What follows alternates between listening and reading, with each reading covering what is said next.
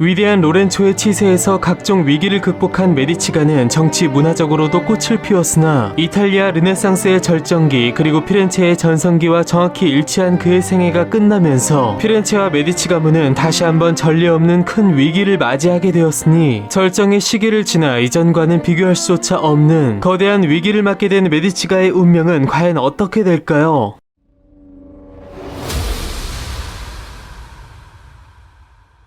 위대한 로렌초 대 메디치는 오르니시가의 클라리체와의 사이에서 3남 7녀를 낳았고 향후 메디치가의 운명을 책임질 세 아들에 대해서 첫째 피에로는 멍청하고 둘째 조반니는 영리하며 막내 줄리아노는 착하다는 이색적인 평가를 남기기도 했는데요. 아버지로부터 멍청하다는 평가를 받은 장남 피에로는 1492년 로렌초의 사망과 함께 피렌체의 새 통치자가 되었으나 아버지의 평가는 그대로 적중했으니 실제로 무능과 전횡을 일삼은 그는 메디치가의 위기를 초래하게 됩니다. 한편 아버지로부터 영리하다는 평가를 받았던 차남 조반니는 장남이 가문의 대를 잇고 차남은 성직자가 되는 당대의 관습에 따라 일찍이 성직자의 길에 들어섰고 메디치 가문이 오래전부터 교황청의 주 거래은행 역할을 해왔기에 부친 로렌초 역시 조반니를 고위직 성직자에 오르게 하려고 많은 노력을 기울였는데요. 1492년 3월 조반니는 추기경으로 선출되었으나 다음 달 아버지 로렌초가 사망하고 장남 피에로가 뒤를 이으면서 그와 메디치가는 새로운 국면을 맞이하게 됩니다. 1494년 프랑스의 왕 샤를 8세가 나폴리 왕국에 대한 상속권을 주장하며 이탈리아 침공을 감행하면서 향후 65년간 이탈리아를 전쟁의 폐허로 몰아넣는 이탈리아 전쟁이 시작되게 됩니다.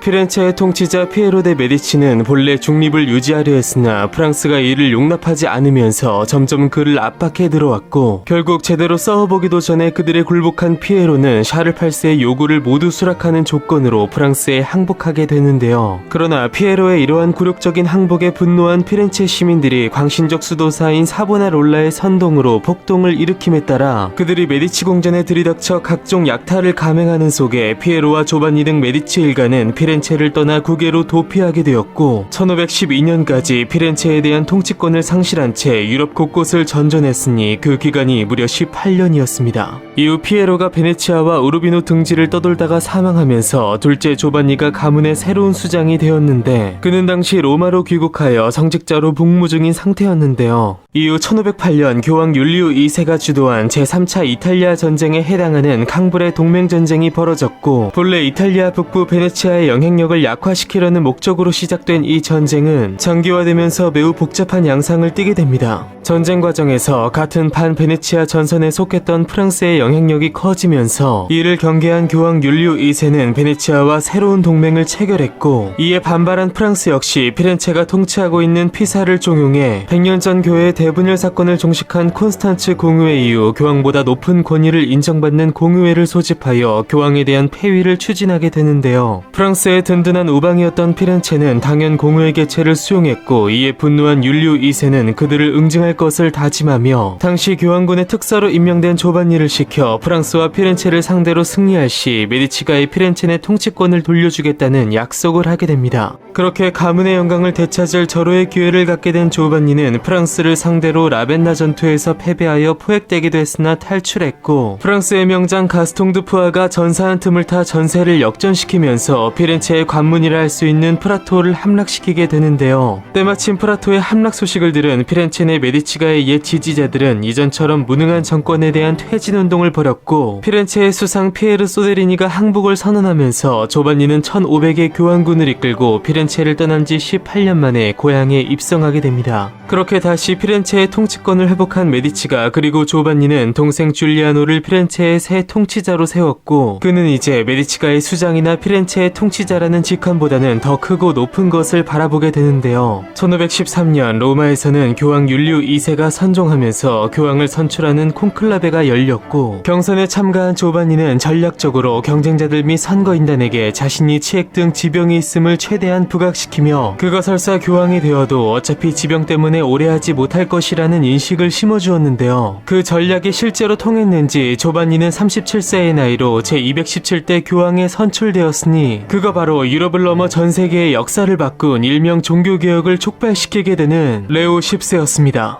레오 10세는 이전 교황들과 마찬가지로 교황령의 기득권과 종주권 유지, 이탈리아 내에서의 세력 균형, 거기에다 사적으로 메디치 가문의 영지 확장을 꾀했기에 그 치세에서는 전쟁이 끊이질 않았는데요. 무엇보다 1516년 피렌체를 다스리던 동생 줄리아노가 죽고 조카인 로렌초 2세가 뒤를 잇자 레오 10세는 자신과 갈등 관계에 있던 우르비노 공작과 약 8개월간의 우르비노 전쟁을 벌인 끝에 승리했고, 빼앗은 우르비노 공작위를 조카 로렌초 2세에게 안겨주면서 메디치 가문의 영지 확대라는 목적을 이루어냈는데요. 그러나 이 무리한 전쟁은 교황청의 재정을 심각하게 소진시켰고, 더불어 이에 불만을 품은 추기경들과의 갈등 악화를 초래시켰으니, 심지어 몇몇 추기경들은 레오 10세를 독살하려는 시도를 했으나 사전에 발각되며 실패했고, 주동자들을 전부 처벌한 레오 10세는 닥쳐온 위기를 오히려 기회로 만들면서 자신의 입지를 더욱 공고히 하게 됩니다. 한편 메디치가 출신답게 학문과 예술을 사랑했던 레오 10세는 우신예찬의 저자인 에라스무스와 인연을 맺기도 했고, 그가 특히 아끼던 라파엘로를 비롯한 여러 예술가들을 초빙하여 당시 한창 진행 중에 있던 성 베드로 대성당 건축을 속행했는데요. 그러나 앞선 비효율적인 대외전쟁에서 무참히 소진된 전비와 특유의 낭비벽, 그리고 적절하지 못한 인력 배치로 인해 공사에 차질이 빚어지게 되었고, 그는 공사대금을 모으기 위해 면죄부, 즉 죄를 사면해 주었음을 증명하는 문서를 판매하는 폐악을 저지르게 되는데요. 마침 당시 독일의 마인츠 대주교 알브레이트는 교황에게 낼 초입세를 마련하기 위하여 메디치가에 버금가는 독일의 대상인 후거가로부터 거액의 대출을 받았는데, 이것을 갚기 위해 레오 10세로부터 면죄부 판매를 승인받은 것이었습니다. 그리고 이러한 망국적 분위기 속에서 당시 독일 비텐베르크의 신학교수이자 독일 아우구스티노의 소속 수사신부였던 마르틴 루터는 성당 정문에 면죄부의 부당함을 주장하는 95개조 반박문을 붙였고, 이것을 본 많은 신학생들이 이러한 루터의 주장에 동조하면서 구텐베르크의 활판 인쇄술에 힘을 빌려 2주 만에 유럽 전역으로 퍼져나가게 되는데요. 그렇게 이 소식은 로마 교황청까지 들려왔으나 교황 레오 10세는 이것을 단순히 독일 내 도미니코에와 루터가 속한 아우구스티노의 내부 다툼으로 취급하며 대수롭지 않게 생각했는데요. 그러나 날이 갈수록 사태가 심각해지자 레오 10세는 처음에는 특사를 파견해 그 다음에는 칙서를 내려 루터의 주장에 대해 41개 항목으로 반박하는 등 그에게 모든 주장을 철회할 것을 요구했으나 루터는 오직 성경의 권위만을 앞세우며 거부했는데요. 그렇게 사태가 파국으로 치닫자 결국 레오 10세는 1521년 로마 교황의 선언을 반포하며 루터를 공식적으로 파문했고, 독일의 지배자 신성 로마 제국의 황제 카를 5세에게 이단인 루터에 대한 강력한 조치를 취해줄 것을 요청했는데요. 그러나 정작 이 모든 사태를 야기한 그는 기독교의 분열, 나아가 앞으로 이어질 끔찍한 종교전쟁의 씨앗을 뿌린 것에 대해서 신으로부터 벌을 받은 것인지, 그해 12월 갑자기 오한이 발병하면서 병세가 급속히 악화된 레오 10세는 결국 향년 45세를 일기로 선종하게 됩니다.